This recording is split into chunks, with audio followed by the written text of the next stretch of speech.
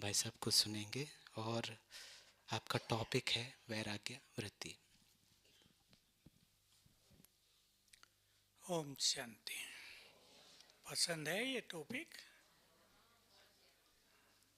सच सच बताओ। जरूरी तो है पर पसंद है, क्योंकि मैं सोच रहा था ये टॉपिक सुन के आधों को तो नींद आ जाएगी। ठीक है, इस टॉपिक के साथ मैं और कुछ कुछ भी लूँगा। मुझे पूछना ये है कि बहुत सुन रहे हैं आप, क्या हो रहा है उससे? बोर हो रहे हैं क्या?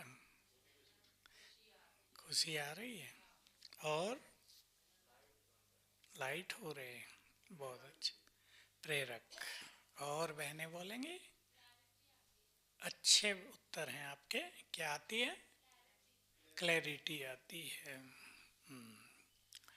बहुत अच्छा है। तो हमारे साथ अभी आप सामने हैं, लेकिन सतारा महाराष्ट्र में वाघोली एक सेंटर है, वहाँ के भी बहुत भाई बहनें जुड़े हैं और भी बहुत सारे जुड़े हैं। संगम युग पर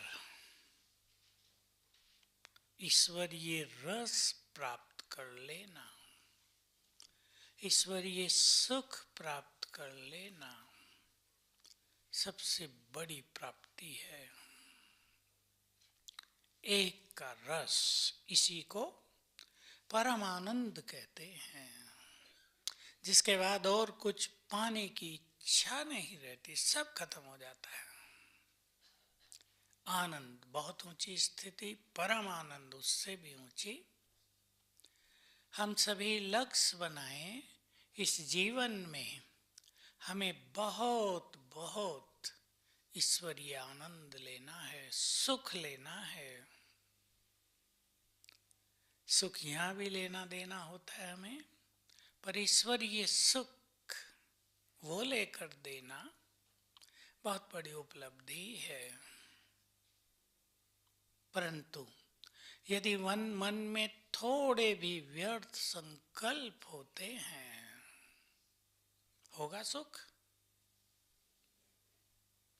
यहाँ भी आप देख ले, आप बहुत अच्छा खाना खा रहे हो, सोच कुछ और रहे हो, खाने का आनंद ही खत्म हो जाएगा, पता ही नहीं चलेगा, क्योंकि ब्रेन का असली रस उनमें चला गया बातों में। हमें एक इम्पोर्टेंट साधना करनी है जीवन में, स्वयं को व्यर्थ से मुक्त करना। सोच लें आप, करना चाहेंगे?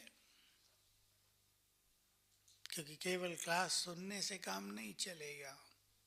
अपने जीवन में कुछ सत्यता को, कुछ गहराइयों को जानना, उनके लिए दृढ़ता पूर्वक करना, इसको हम साधना ही कहेंगे। यह परम आवश्यक है। हमें इस बात का अच्छे तरह पता हो कि विचार शक्ति ही संसार की सर्वश्रेष्ठ शक्ति है। विचार ही उसके सुख दुख का कारण बने हुए हैं।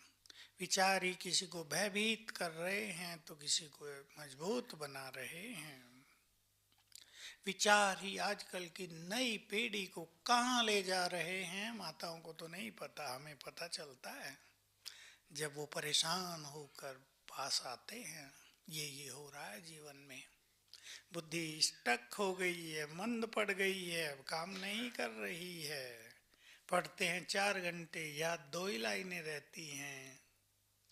बहुत खराब इफेक्ट इंटरनेट का, बुरे संग का युवकों पर पड़ रहा है।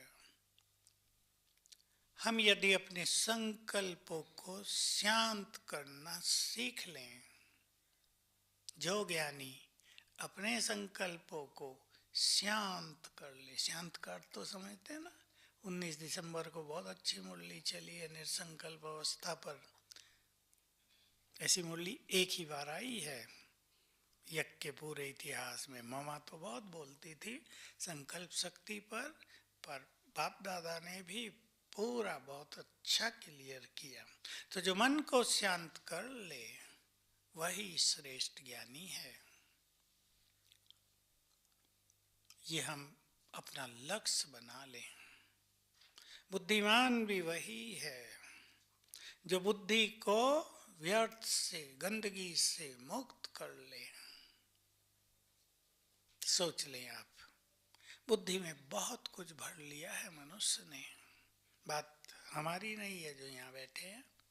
संसार में बुद्धि को डस्टबिन जितना गंदा बनाया है लोगों ने, उतना और किसी चीज को नहीं।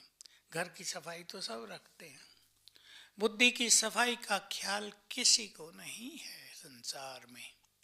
हमें इसकी सफाई करनी है। अगर बाबा से वरदान चाहिए, अगर उसकी शक्तियों को जीवन में समाना है, अगर उसको बैठाना है बुद्धि में, तो बुद्धि स्वच्छ होनी चाहिए। लोगों ने तो कह दिया सब जगह भगवान, गंदगी में भला भगवान। बुद्धि गंदी हो तो उसमें ही नहीं बैठता, सब जगह कहाँ बैठेगा। सबके अंदर गंदगी के अलावा कुछ नहीं बचा, भगवान कहाँ बैठेगा। व्यर्थ से मुक्त होने के लिए लगन लग जाए। कौन सी लगन लगनी चाहिए हमें? उत्तर देंगे आप। वो थोड़ी बड़ी लगन है, थोड़ी छोटी बता दो। ग्राउंड लेवल की थोड़ी, जो की जा सके। बहुत दिमाग लोग खर्च करके बैठ गए हैं, ब्रह्मा बाबा ये एक शिव बाबा के जैसा बना है, और उन जैसा तो शायद ही कोई बना हो अब तक। तो कुछ और प्रैक्टिकल बता दो। एक एक बोलेंगे हाथ उठा के। आत्मिक स्थिति बनानी है हमें। याद की लगन बहुत बढ़ जाए। कितना याद हो, योग हो जाए हमारा? चलो 4 घंटे से ज्यादा तो हो ही जाए, उसके ज्यादा जितना किसी का हो। बहने बोलेंगे क्या लगन हो हमें? हाथ उठा के, नहीं तो सब बोलते हैं। हाँ, स्वमान में स्थित होना। आगे वाले, निरंतर का प्रयास। और बोलो, कर्म करते योग युक्त जीवन, व्यर्थ सोचने से मुक्ति। Full stop. खुशी में। हाँ, मैं ये धारणाओं की बातें आपको दे रहा हूँ। खुश रहना लक्ष्य बना लें। देखो आज की मुरली का सार, उस पे हम ध्यान दें। संगम युग का नहीं, संतुष्टता तो आप सबको याद है, वो तो आज भी था और 31 को भी था। मैं दूसरे शब्द पे ध्यान दिलाता हूँ। संगम युग पर सच्चा सुख है संतुष्टता और प्रसन्नता में। सुख बहुत बड़ी चीज है, सच्चा सुख। दुनिया में कहाँ लोग सुखी हैं? नहीं है, धनवान भी नहीं है। बड़े बड़े पद पोजीशन वालों को तो टेंशन ही है, सुख है ही नहीं। तो बहुत खुश रहना, अपने को सुखी बना देना, संतुष्ट कर देना, निरहंकारी बना देना, मैंपन को बिल्कुल जड़ से खत्म कर देना। ये हमें लगन होनी चाहिए। अगर हमारा लक्ष्य नहीं होता तो वही चीज जीवन भर चलती रहती है। बाबा ने भी कहा ये बात। कोई एक संस्कार होता है, वो चलता आ रहा है, मुझे लगता है हजारों साल से चलता आ रहा होगा। अगर उसको नष्ट करने का संकल्प नहीं है तो वो जाएगा नहीं, फिर हमें बेच के जाएगा। ये ध्यान रखना है। तो हमें इन चीजों का लक्ष्य बनाना, हमारे पास लगन हो जानी चाहिए, थोड़ी बड़ी लगन भी, कि हमें अपने को तैयार करना है आने वाले समय के लिए। हमें अपने को तैयार करना है संसार को बहुत कुछ देने के लिए। हमारे पास क्या है जो हम संसार को दे सकेंगे? सोचना है सबको। सोचो, माताओं के पास क्या है जो आप अपने परिवार को दे सकेंगी? पैसा इकट्ठा करते हैं, ज्वेलरी रखते हैं, बच्चों की शादी होगी, देंगे। संसार को देने के लिए क्या है? सोच लो, सोचना है बस ये। देना तो होगा। क्या है मेरे पास जो संसार को दे दें? कहीं उलझ तो नहीं गए हैं? और इन सब के लिए ही जरूरत होती है वैराग्य की। वैराग्य का अर्थ एक है सन्यासियों का वैराग्य, लेकिन उन्हें भी वैराग होता नहीं। थोड़े दिन में वैराग्य फिर राग में बदल जाता है। जब देखते हैं उसका आश्रम बड़ा है, उसके शिष्य बहुत ज्यादा हैं, मेरे तो बहुत कम हैं, छोटा सा आश्रम है, तो इच्छाएं बढ़ने लगती हैं, राग बढ़ने लगता है। इसलिए वैराग के साथ एक शब्द हम जोड़ लेते हैं, ज्ञान युक्त वैराग्य। और वैराग्य हमारा उदासीनता नहीं, संन्यास नहीं, सब कुछ छोड़ के अलग हो जाना नहीं, ये भी नहीं कि हम अच्छा भोजन नहीं खाएंगे, अच्छे वस्त्र नहीं पहनेंगे, या अच्छे घरों में नहीं रहेंगे, या बच्चे सोचे पढ़ाई नहीं करेंगे। कन्याएं बहुत आई है ना, हाथ उठाना जरा। सोचते हैं क्या करेंगे, विनाश तो आ गया, पढ़ लिख के बेकार टाइम वेस्ट कर रहे हैं। ये प्रश्न बहुत आने लगे आजकल। माँ बाप भी दुखी, ये पढ़ती नहीं है। अब मैंने अलग से बात की, क्यों नहीं पढ़ती? टाइम वेस्ट लगता है, पुरुषार्थ करना, बाबा ये कह रहा है, वो कह रहा है, नहीं पढ़ेंगे हम। ये भी होता है बहुतों को। लेकिन ये भी नहीं, वैराग का अर्थ ये नहीं कि आप अपने काम धंधे नौकरी छोड़ बैठे। वैराग का अर्थ है उनमें आसक्तियां छोड़ दें। हमारा वैराग बहुत सूक्ष्म होता जाएगा। हम उपराम स्थिति को चले, हमें ये याद रहे ये संसार बाबा ब्रह्मा की जो बहुत सुंदर प्रैक्टिस थी, नेचुरल थी। जो कुछ आंखों से दिखता है वो नहीं रहेगा, लेकिन दिखता तो है ना, उसमें हम रह रहे हैं। हम इसमें रहना है, लेकिन कैसे रहना है ये बाबा सिखाते हैं। देखो बाबा की कितनी गुह्य बातें हैं। सन्यासी घर छोड़ के भाग गए, भाई मोह ममता छूटे। हमें बाबा ने कहा रहना भी घरों में, बच्चों को प्यार भी देना, लेकिन निर्मोही हो जाओ। अब बताओ, माताएं बताएं, बच्चों को प्यार दिया आपने, 10 साल पाला पोसा, अब मोह छूटेगा? प्रैक्टिकल क्या है? ऐसे नहीं कह देंगे बाबा के आगे जैसे हाथ उठा देते, हाँ छूट गया, इससे नहीं काम चलेगा।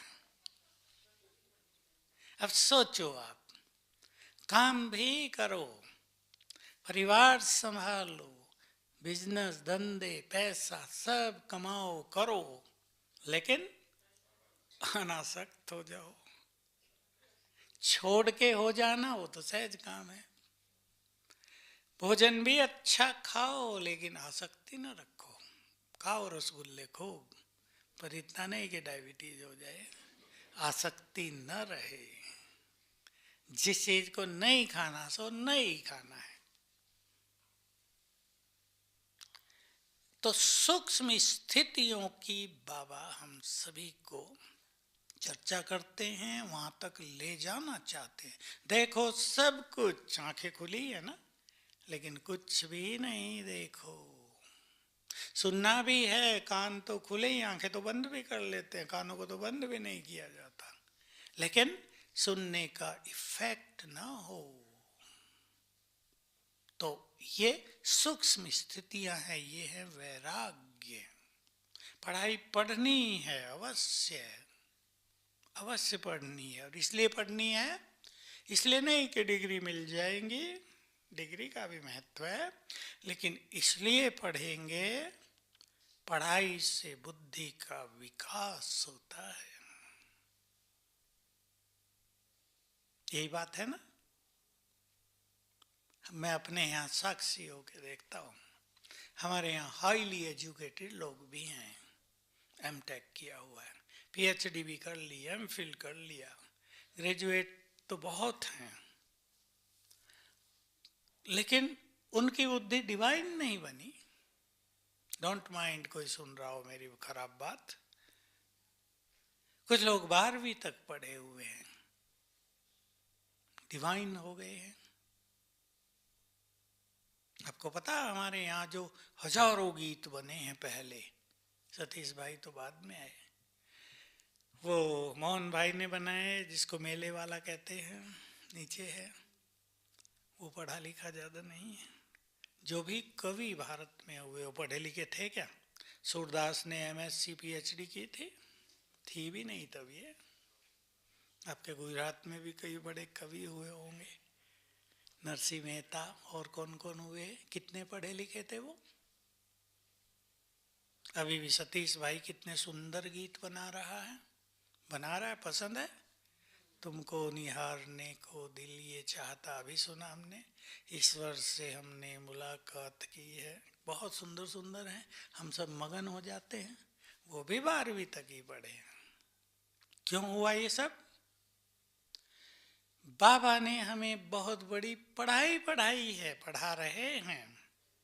अगर उससे हमने अपनी बुद्धि को डिवाइन नहीं किया तो हम लौकिकली हाईली एजुकेटेड होते हुए भी बुद्धिमान नहीं बन पाएंगे। ये सब याद रखेंगे। समझ रहे हैं ना सभी इस बात को? कुछ लोग जन्म से बहुत बुद्धिमान हैं, वो भले ही पढ़े लिखे कम हैं। बीरबल को बहुत बुद्धिमान माना जाता है, वो पढ़ा लिखा था क्या? नहीं, पढ़ाई होती नहीं थी, लोग पढ़ना लिखना ही जानते थे बस। ये डिग्रियां विग्रियां कुछ नहीं थी।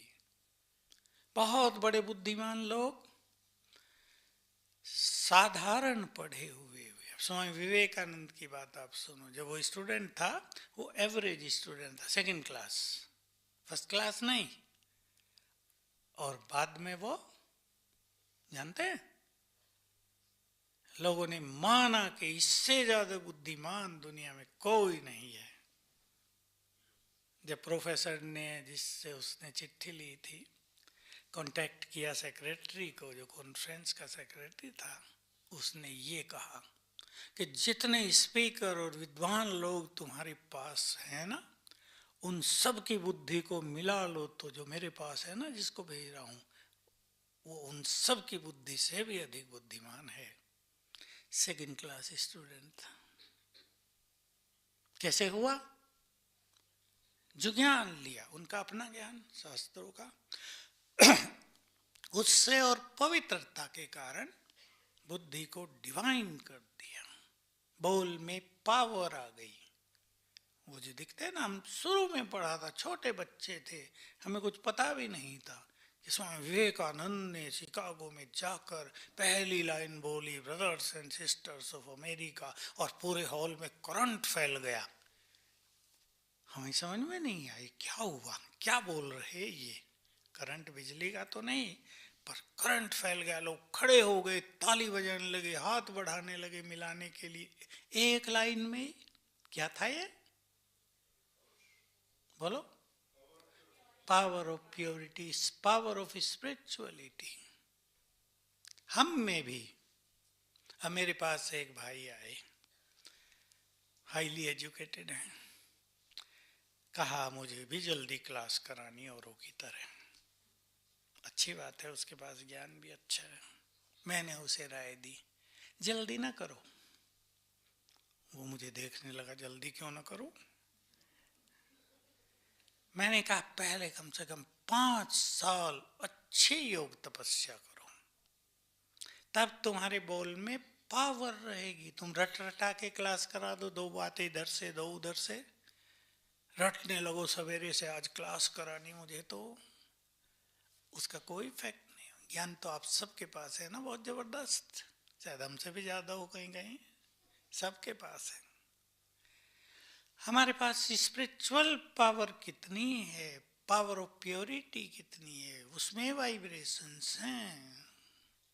तो बाबा की मुरलियों में रोज आ रहा है आत्मिक दृष्टि, सुनते हैं ना? आत्मिक दृष्टि से तुम्हारे बोल में प्रभाव आ जाएगा। ये बात बाबा शुरू से ही सिखाते रहे। अगर हम अभ्यास करेंगे तो हमारे बोल में प्रभाव होगा। माताएं भी सीख लें।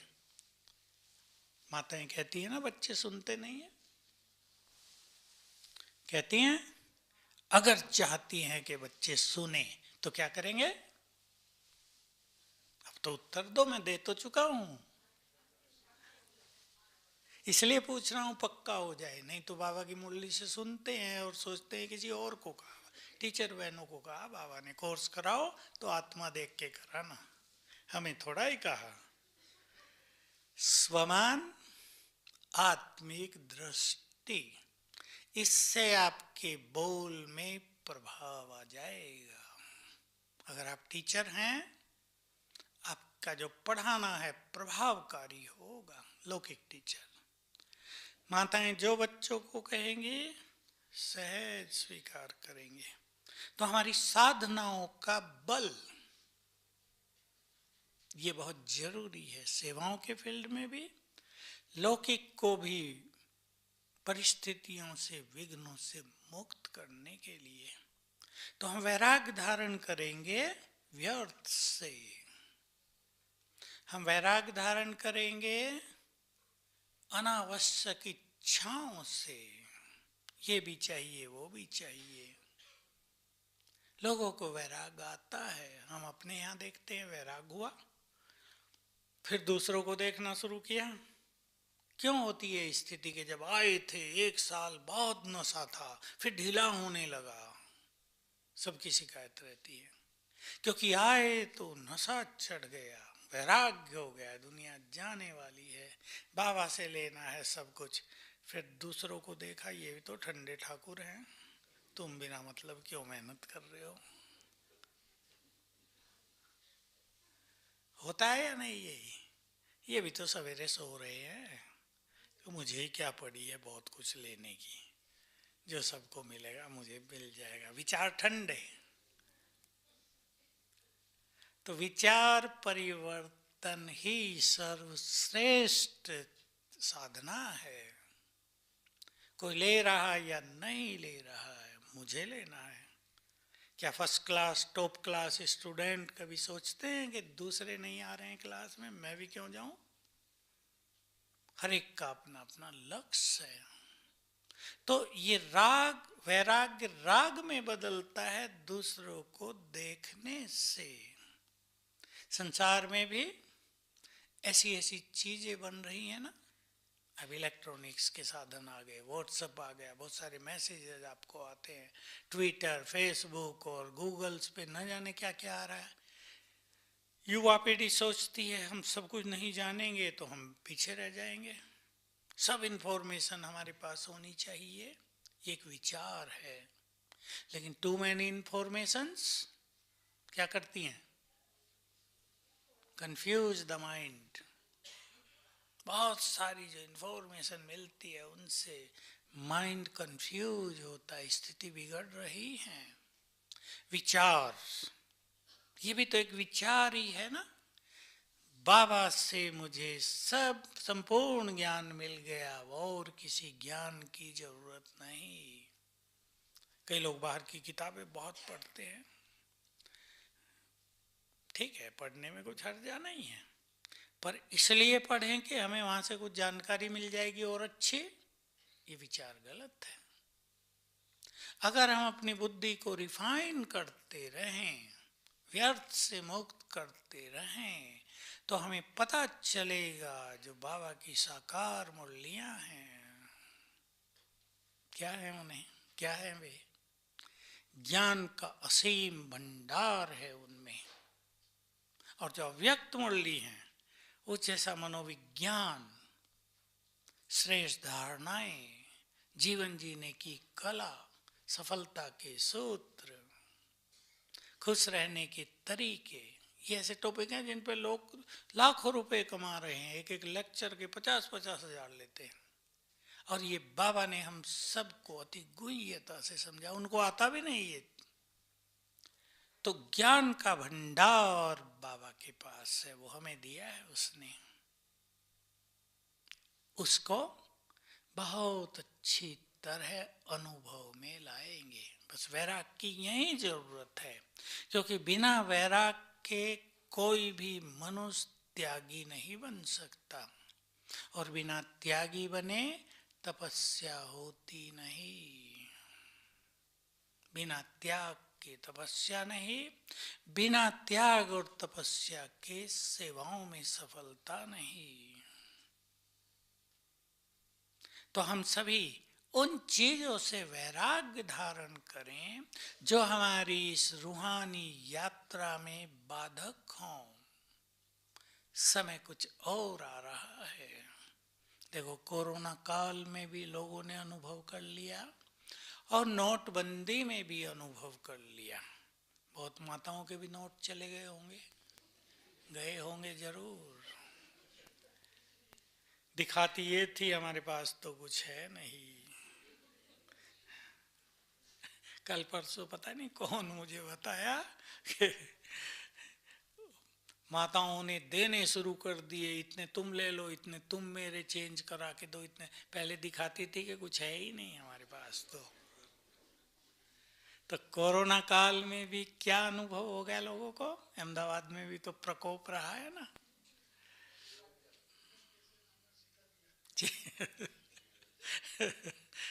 कितनी सुंदर बात बोली इन्होंने, जीवन कैसे जीना है सिखा दिया। घर में रहना भी भारी काम या सहज था? सबसे भारी। बाहर जाना भी भारी। तो ये जो सीन आएंगे अब हमारे सामने, ये ब्राह्मणों को जरा मोटिवेट करने के लिए उन्हें वैराग दिलाते जाएंगे। लेकिन ये वही चीज है, समय वैराग दिलाएगा। तब तेज पुरुषार्थ करेंगे, लेकिन लंबे पुरुषार्थ का जो सुख मिलता है आत्मा को, वो नहीं मिलेगा। हमने वैराग देखा है एक बार केवल, जब बाबा व्यक्त हुए थे। पूरे यज्ञ में वैराग, इतना मौन चलता था हमारे यहाँ। दीदी मनमोहिनी थी, हर हफ्ते मंडे और गुरुवार तो मौन है ही। बाकी कोई 7 दिन का रख रहा, जनवरी फुल मौन रख रहे हैं, कोई 40 दिन का। उसमें योग साधना भी अच्छी, और मौन रखने से हमारा समय बहुत बच जाता है, काम भी जल्दी हो जाता है, हमारी शक्तियाँ भी बच जाती हैं। मैं एक अनुभव सुना देता हूँ। मुरली चल रही थी, कोई अव्यक्त, दादी पढ़ रही थी, उसमें कुछ मौन की बात आ गई। दादी ने कहा, भाई मौन रखना चाहिए अब यज्ञ में। सबको बड़ा उमंग था, 1 मास का मौन डिक्लेयर कर दिया गया। कौन सा मास था मुझे याद नहीं है। 2 टाइम भोजन खाएंगे, 10:30-11 बजे, और शाम को 6 से शुरू हो जाएगा, जिसको जब खाना है खा लो, नाश्ता बंद। पहला दिन मंडे का था। सोमवार के दिन पूरा मधुबन परमधाम बन गया, किसी को काम ही नहीं रहा करने को। अब भोजन खा लिया, क्या करे भाई। सबसे तो योग का रस भी नहीं लिया जाता। दूसरा दिन भी अच्छा मौन रहा। अब जो कभी मौन नहीं रहे थे उनको थोड़ा भारी लगने लगा। तीसरा दिन थोड़ा थोड़ा बोलना शुरू हुआ। चौथा दिन अव्यक्त आवाज से बोलना शुरू हुआ। 5वां दिन और ज्यादा बोला। दादी ने फिर उसको समाप्त किया 5 दिन में। पर हमें याद है, काम रहा ही नहीं करने को। तब पता चला कि ये व्यर्थ बिजी कर रहा है मनुष्य को। अगर व्यर्थ ना हो तो टाइम बहुत है। एक हमारी बहन थी, पुरानी थी, बेचारी यहाँ रहती थी, बुजुर्ग थी। वो कहती थी, मौन रखेंगे मुंह में बदबू हो जाएगी। जिनसे नहीं रहा जाता उनके लिए सबसे भारी काम मौन रखना। तो हमने वैराग्य देखा, तब बाबा व्यक्त हुए, लगन लग गई, बहुतों को लग गई। तब तो विनाश काल भी थोड़ा थोड़ा डिक्लेयर ही था। तो तेज पुरुषार्थ हो गया, कईयों को लिफ्ट मिल गई। अब ये समय लिफ्ट दिलाएगा। बस वैराग का अर्थ छोड़ना नहीं, बुद्धि से त्याग। बुद्धि उनमें अटकी हुई न हो, व्यर्थ न हो, इच्छाएं ना हो ज्यादा। इतना ध्यान देंगे ना हम सब। इस सब्जेक्ट को बहुत कॉम्प्लिकेटेड नहीं बनाना कि हम सूखे सन्यासी बन जाएं, किसी से बात नहीं कर रहे, किसी को देख नहीं रहे, क्यों वैरागी हो गए भाई हम तो, ये नहीं। वैरागी माना सुख भरा जीवन, प्यार भरा जीवन, शांति से भरा हुआ जीवन, ज्ञान का चिंतन का सुख लेने वाला जीवन। ऐसा वैराग्य जो अपने लक्ष्य की ओर मनुष्य निर्विघ्न गति से आगे बढ़ता रहे। देखो, विघ्न मनुष्य के पास मैंपन के कारण आ रहे हैं, मेरेपन के कारण आ रहे हैं, इच्छाओं के कारण आ रहे हैं, और सबसे ज्यादा आ रहे हैं स्वार्थ और एक्सपेक्टेशंस, कामनाएं। इनके कारण विघ्न आ रहे हैं। अगर बहुत चीजों का मनुष्य त्याग करता चले तो विघ्न, अनेक विघ्न जीवन से नष्ट हो जाएंगे। और ये त्याग वैराग्य से होता है। त्याग की नींव वैराग्य ही है। वैराग्य के बिना किया गया त्याग जीवन में सूनापन ले आता है। छोड़ दिया। अब जैसे पेशेंट को कह देते हैं ना, अब नेचर की ओर पे जीना है भाई तुम्हें, तब जी सकोगे। अब बेचारा बॉयल सब्जी खा रहा है, दूसरों को माल पानी खाते देख जीव ललचा रही है, लेकिन क्या करे, खाना पड़ेगा, ऐसा हाल हो जाता है।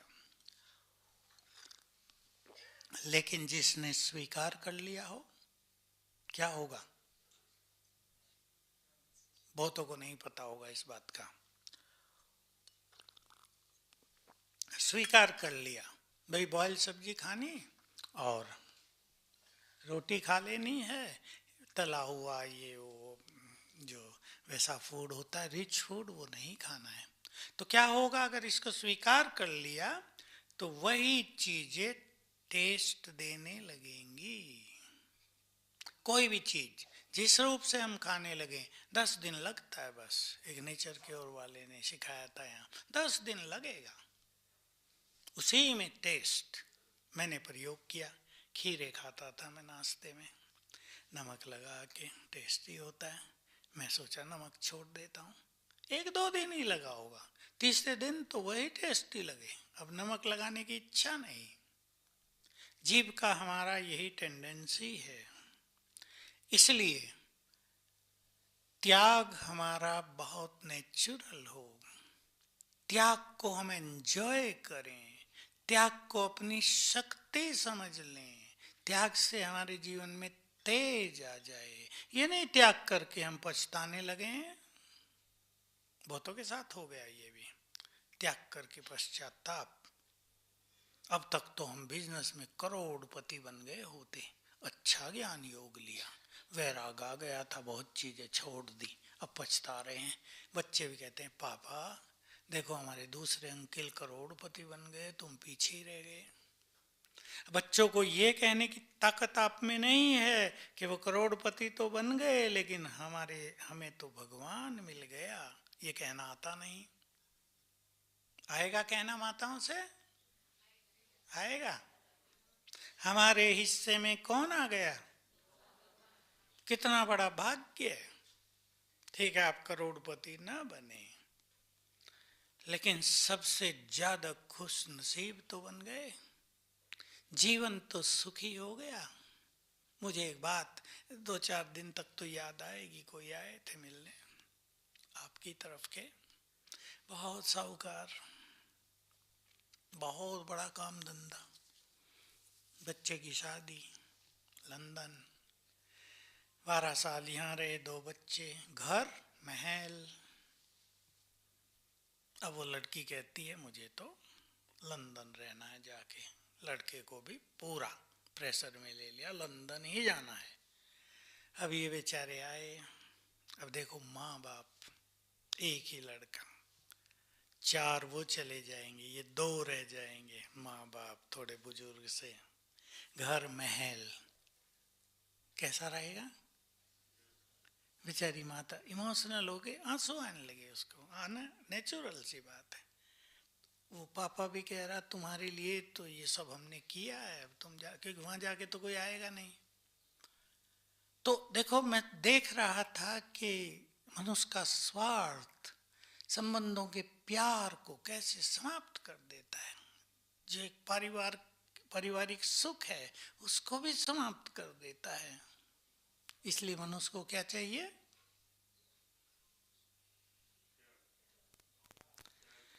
आप सभी तब बहुत बुद्धिमान और श्रेष्ठ स्थिति वाले जाने और माने जाएंगे जो आप परिवारों को एकता के सूत्र में बांध कर रखो।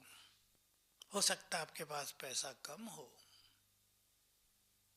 और कुछ चीजें कम हो, घर छोटा हो, लेकिन परिवार को प्यार के सूत्र में बांध के रखना ये कला है। नहीं तो आजकल स्वार्थ, अहम, क्रोध, बहुत सारी इच्छाएं परिवारों को तोड़ रही है ना बहुत। और जब संसार में पारिवारिक सुख समाप्त हो जाए, विदेशों में तो 100 साल का सुख समाप्त हुआ, 100 साल से वहाँ तो परिवार किसी के रहते ही नहीं, सब टूट जाते अलग अलग। लेकिन भारत की कल्चर पारिवारिक कल्चर है। यहाँ परिवार का सुख, परिवारों में अपनापन, बहुत प्रेम, एक दूसरे के लिए कुर्बानी, त्याग, ये बहुत आवश्यक है और ये भारत की देन है संसार को। इसलिए वैराग का अर्थ अलग हो जाना नहीं, सबके साथ रहते हुए भी योग युक्त रहना, ये वैराग की चरम सीमा है। सबके साथ रहते भी दिखाई दे इनका त्याग भरा जीवन है। और त्याग के साथ और क्या दिखाई दे? आ जाएगा अभी मुरली में, भाग्य भी इनका सर्वश्रेष्ठ है। बाबा ने कहा, पहले भी कहा था, लोग ये कहते हैं इनका त्याग बहुत बड़ा है, कुर्बानी बहुत बड़ी है, ये साधना बहुत अच्छी करते हैं, मेहनत है, लेकिन इनका भाग्य भी बहुत बड़ा है। अब संसार ये भी कहेगा। तो हमारे हिस्से में भगवान आ गए हैं, तो अपने को ईश्वरीय रस से भरपूर करते चले, सुख मिलता है ना बहुत। वैराग आपे ही आता जाएगा, नहीं तो समय वैराग दिलाएगा ही। सब्जियां नहीं आएंगी, दाल रोटी खाओ, कभी ऐसा भी होगा अचार से ही खाओ। गुजरात में तो कढ़ी बनती है पतली सी, खर्च भी ज़्यादा नहीं होता। एक बार मैं गया, जब पहले पहले गया, और उसमें बेसन तो दिखता ही नहीं था, नीम के पत्ते दिख रहे थे और मीठी भी थी। तब तक मीठी खाने की आदत नहीं थी, बाद में तो हो गई, बड़ा मुश्किल हो गया। ऐसा भी समय आएगा फिर से।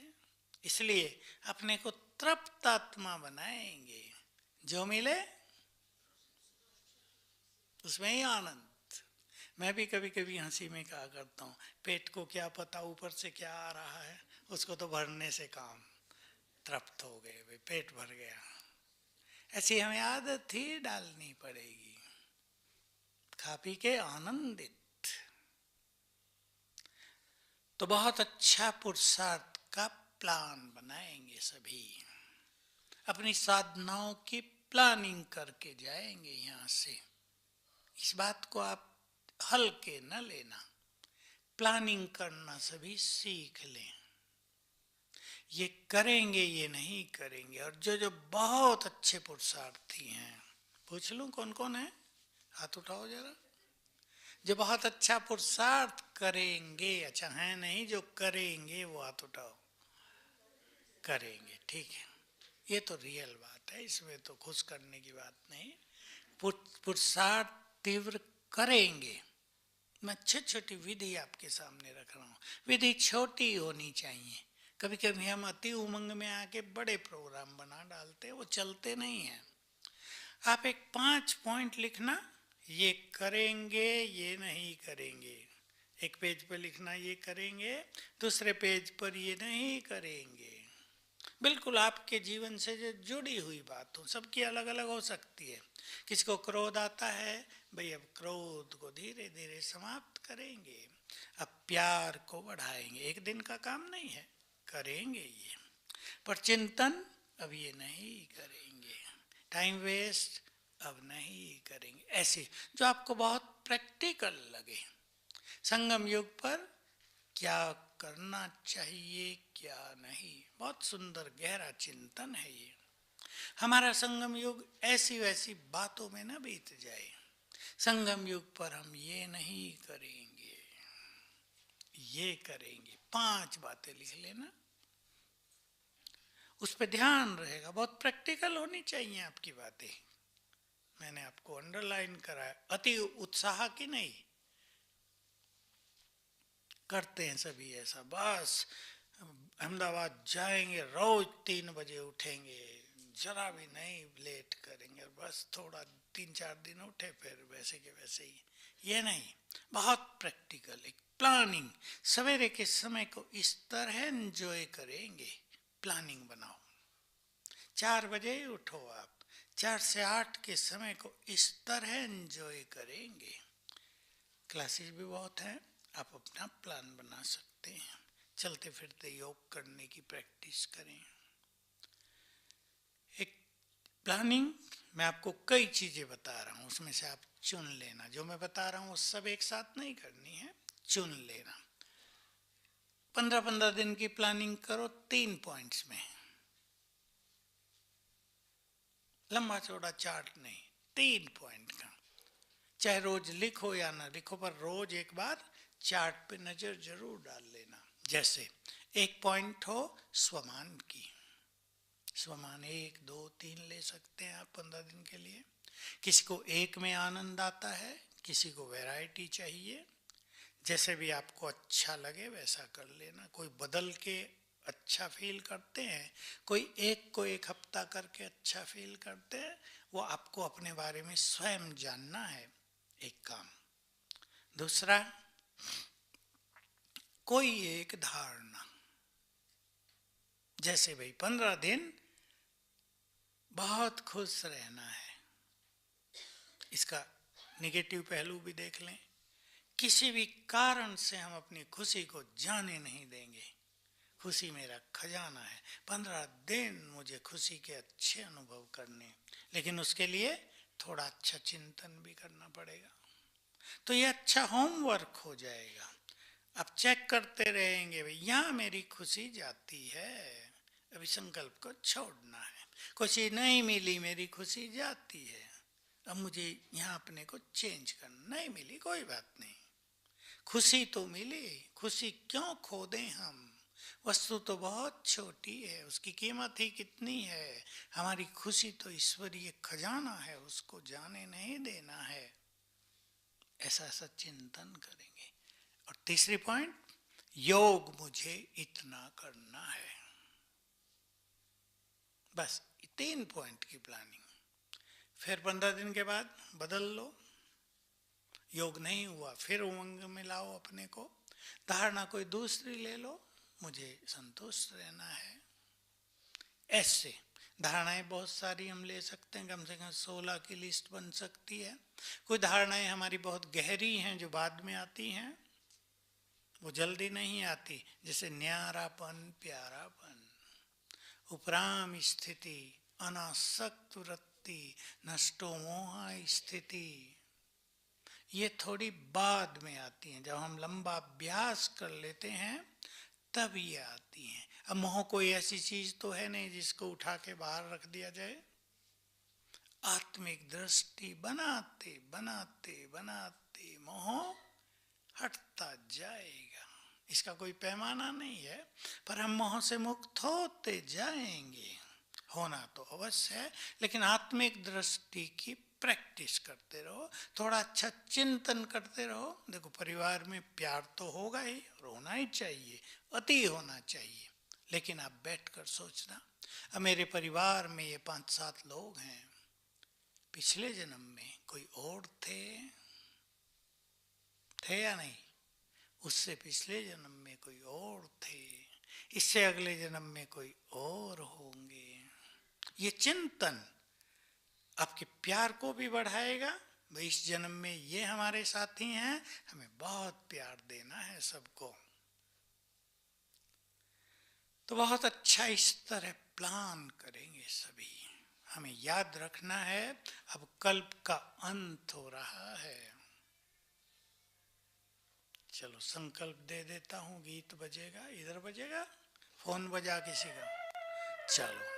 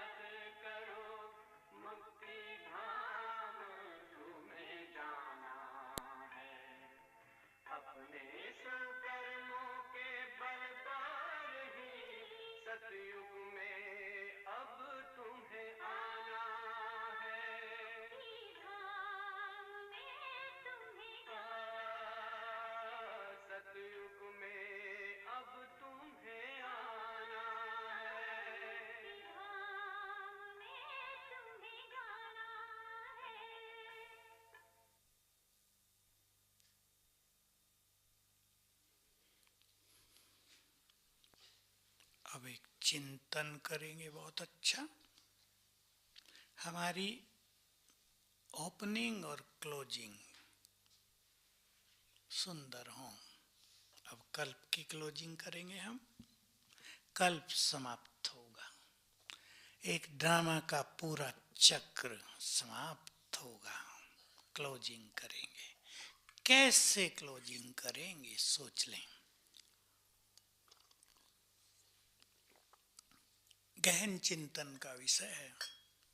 जब कल्प क्लोज हो रहा है, समाप्त हो रहा है, तो हम कैसी स्थिति बना लें ताकि जब हम बाबा के पास जाएं, कैसे जाएं? भर्तू होकर। मैं आपकी क्लास में शायद सुनाया कई बार कि आपके यहाँ से तो गुजरात से विदेश में जाते हैं ना लोग बहुत।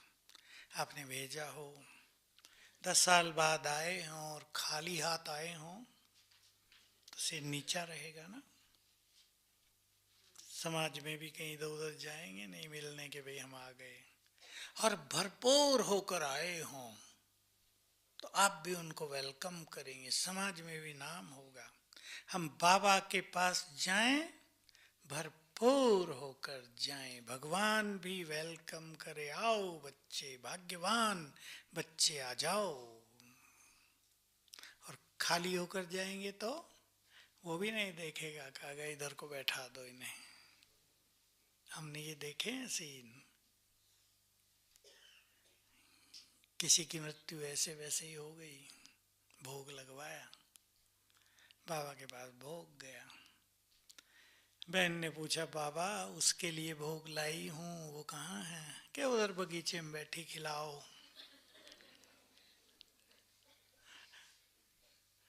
वेलकम करे भगवान, ऐसी क्लोजिंग करेंगे हम कल्प की, चिंतन करना गहराई से, और फिर हमें बिगिनिंग करनी है। कैसे करेंगे? रोज की क्लोजिंग और बिगिनिंग, ओपनिंग और क्लोजिंग। रोज भी सवेरे हम उठते हैं, कैसे शुरुआत करेंगे दिन की? ये थोड़े अच्छे चिंतन के विषय हैं। जो सवेरे सवेरे हमारा चिंतन और अनुभव होगा, उसका गहरा इफेक्ट जीवन पर होगा। और रात को क्लोजिंग कैसी करके सोएंगे? बहुतों की क्लोजिंग है, चिंताएं लेकर सोते हैं, वैसे ही सपने आते हैं, डर लगता है, कईयों को भूत दिखाई देते हैं। आजकल ये भी नई समस्या बढ़ रही है। क्लोजिंग अच्छी करें रात को सोने से पहले।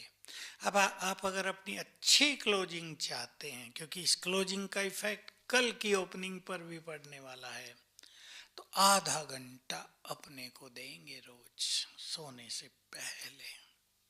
न टीवी देखते सोना है, नेट आदि कुछ नहीं, बंद। माताओं की समस्या होती है घर में, विचार कर लो, बच्चे देर तक टीवी देख रहे हैं, छोटा घर है, मान लो 2 या 3 रूम है, आवाज हो रही है। ये प्रैक्टिकल समस्याएं भी हैं, इनका समाधान भी आपको ढूंढना है।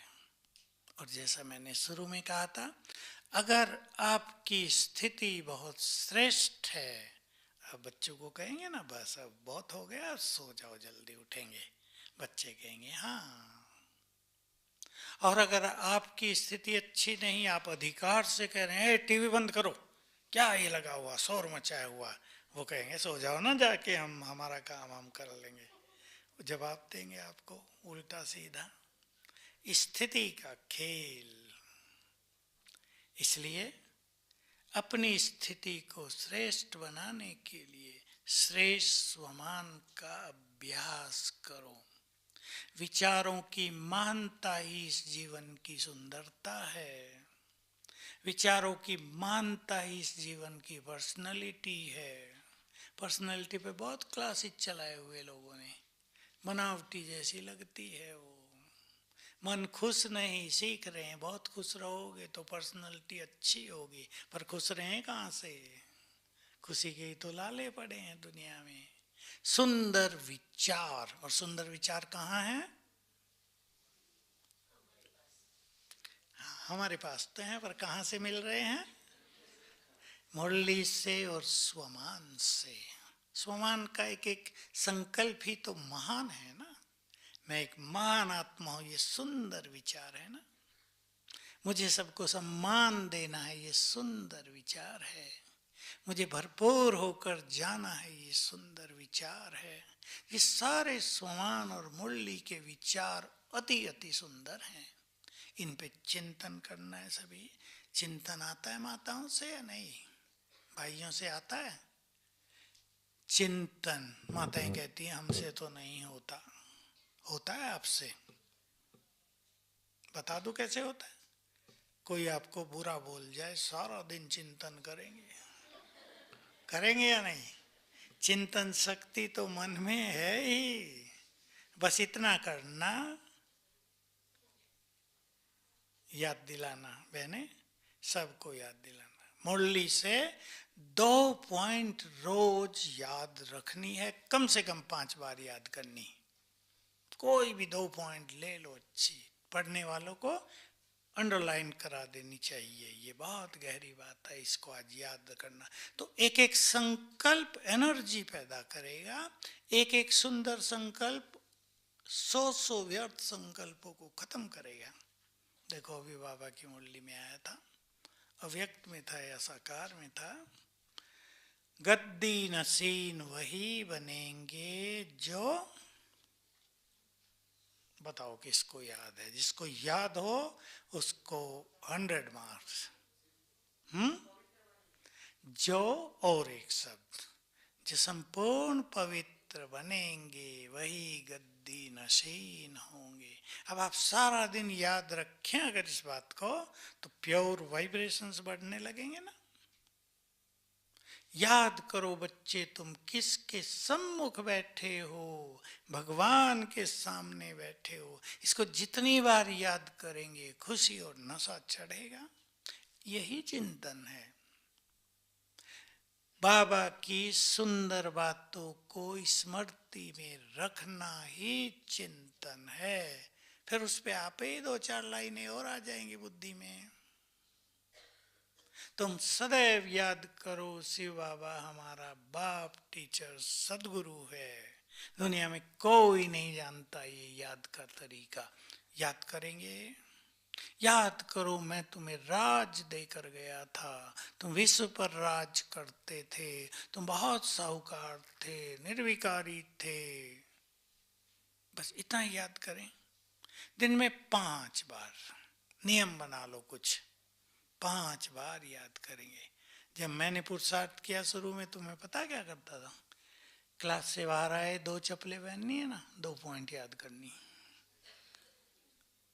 फिर कितनी बार चप्पलें बदलेंगे हम दिन में, कितनी बार निकालेंगे पहनेंगे ना, उतनी ही बार 2 पॉइंट याद करनी।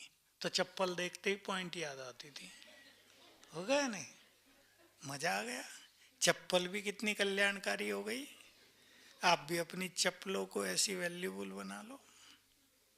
फोन की घंटी बजती है। बहुत फोन आते होंगे कईयों को, मुझे तो सबसे ज्यादा आए। अगर मैं खोल दूं तो मैंने भी नियम बना दिया। घंटी बजी, गीत बजता। अभी तो घंटी बजी, गीत बजा, ये याद करेंगे। कोई भी एक स्वमान का संकल्प याद करो। ये याद कर लो, बाबा मेरे साथ। ऐसे ही बाबा भी बुलाता है मुझे, फोन अटेंड करूं। ये चिंतन शक्ति को बढ़ाने का सहज तरीका है। बाइक पर चलते हैं, बाइक पर बैठते ही जितनी बार बैठो उतरो, बाबा का आह्वान कर लो। भोजन खाते, पानी पीते, चाय दूध पीते, कुछ संकल्प, कुछ अभ्यास निश्चित कर लो। आप घर की सफाई करेंगे, घर में कपड़े धोएंगे, भोजन बनाएंगे, इन सब में ये अभ्यास करना है। फिक्स करो। देखो आपका पुरुषार्थ 3 दिन में ही अति सुंदर हो जाएगा। एक भाई शांतिवन में थोड़ा किसी घटना के कारण दुखी था। बेचारे का ज्ञान योग सब डाउन जा रहा था। मेरे पास आया, मैंने उसको ये सिखाया। 3 दिन के बाद ही उसका फोन आ गया, मन आनंदित हो गया। उसने इतना अच्छा चिंतन करके नए नए चार्ट बना दिए। अब हम वो सबको भेज रहे हैं। सब कर लो। कर्म में अलग अलग अभ्यास, ये प्लान हर एक को खुद बनाना है। आप बाइक पर जा रहे हैं, मैंने कई बार अनुभव सुना है कईयों के। बाइक पर जा रहे हैं, आपको 1 घंटा लगेगा अपनी जॉब तक जाने में। आपको लगता है 2 घंटे रोज मेरे तो बाइक पे वेस्ट होते हैं। वेस्ट क्यों होते हैं? आप संकल्प करके जाओ, मैं लाइट हाउस माइट हाउस फरिश्ता हूँ, जिधर देखूंगा लाइट फैलेगी, मेरे अंग अंग से लाइट फैलती जाएगी, जग का अंधकार दूर होगा। एंजॉय करते हुए, सुंदर संकल्प करते हुए जाओ। 2 घंटे आपका पावरफुल अनुभव में बीत जाएगा। प्लान बनाएंगे सभी अपना अपना। क्लियर है ना? प्लान कभी खत्म न हो पुरुषार्थ का। हमारा पूरा जीवन पुरुषार्थ युक्त, तो योग युक्त रहेंगे। अगर हार मान ली हमने, तो हार मानने वाले गए। जीवन में जो कुछ भी होगा आपसे आगे, सबको याद रखना, हार नहीं माननी है, क्योंकि हम भी बहुत शक्तिशाली हैं और हमें साथ देने वाला स्वयं भगवान है। आज हार है, कल ये हार जीत में बदलेगी ही। अपनी शक्तियों को बढ़ाते चलेंगे, न माया से हारेंगे, न परिस्थितियों से, न आने वाली घटनाओं से। कोरोना ने भी तो बहुतों को हराया है ना, बहुतों को हराया है। अलग अलग कड़वे मीठे अनुभव लोगों के हुए हैं, लेकिन हमें हार नहीं माननी है। बहुत अच्छी चीज है जो बाबा ने सिखाई है, जितनी परिस्थितियां पावरफुल बने, तुम भी उतना ही अपनी शक्तियों को बढ़ाते चलो। हनुमान की यही तो कहानी, जब वो सागर पार कर रहा था, सुरसा आ गई थी ना, जैसे सुरसा वदन बढ़ाए वो हनुमान जी, जैसे सुरसा मुंह खोले हनुमान जी और बड़े होते जाएं। वो यही है, जितनी परिस्थितियां विकराल आए, इन दो बातों से अपनी शक्तियों को बढ़ाते चलें। मैं मास्टर सर्वशक्तिमान हूँ, स्वयं भगवान मेरा साथी है, इन विघ्नों पर, परिस्थितियों पर मेरी विजय होनी ही है। इन संकल्पों से हमारी पावर बढ़ जाएगी। ओम शांति।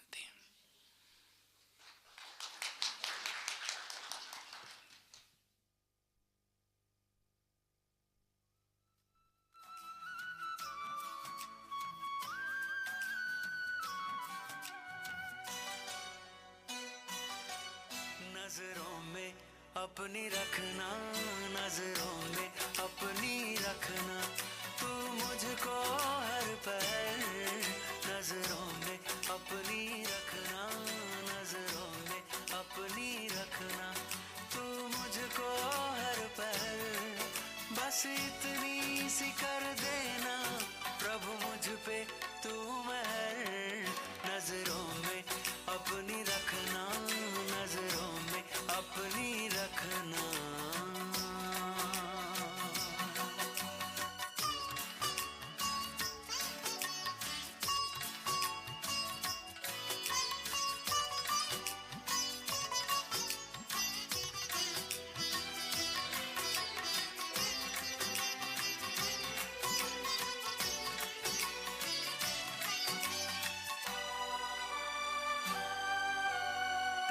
सिवा ना मुझको कोई और देख पाए, कोई और देख पाए, नजरों में अपनी रखना, तू मुझको यूं समाए, तू मुझको यूं समाए, तेरे सिवा ना मुझको कोई और देख पाए, नजरों में अपनी रखना, तू मुझको यूं समाए, बार बार कहती है,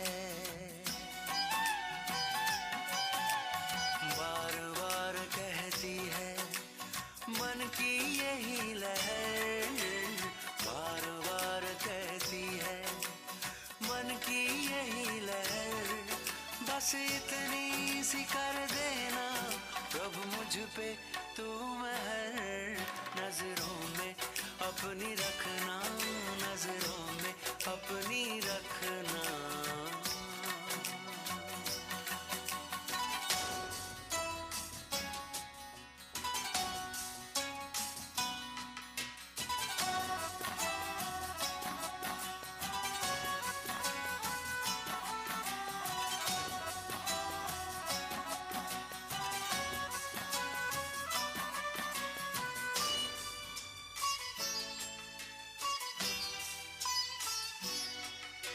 नजरों की तेरी भाषा भरती है मुझ में आशा, भरती है मुझ में आशा, नजरों से तुमने अपनी मुझे खूब है तराशा, मुझे खूब है तराशा, नजरों की तेरी भाषा भरती है मुझ में आशा, नजरों से तुमने अपनी मुझे खूब है तराशा, समा तेरी नजरों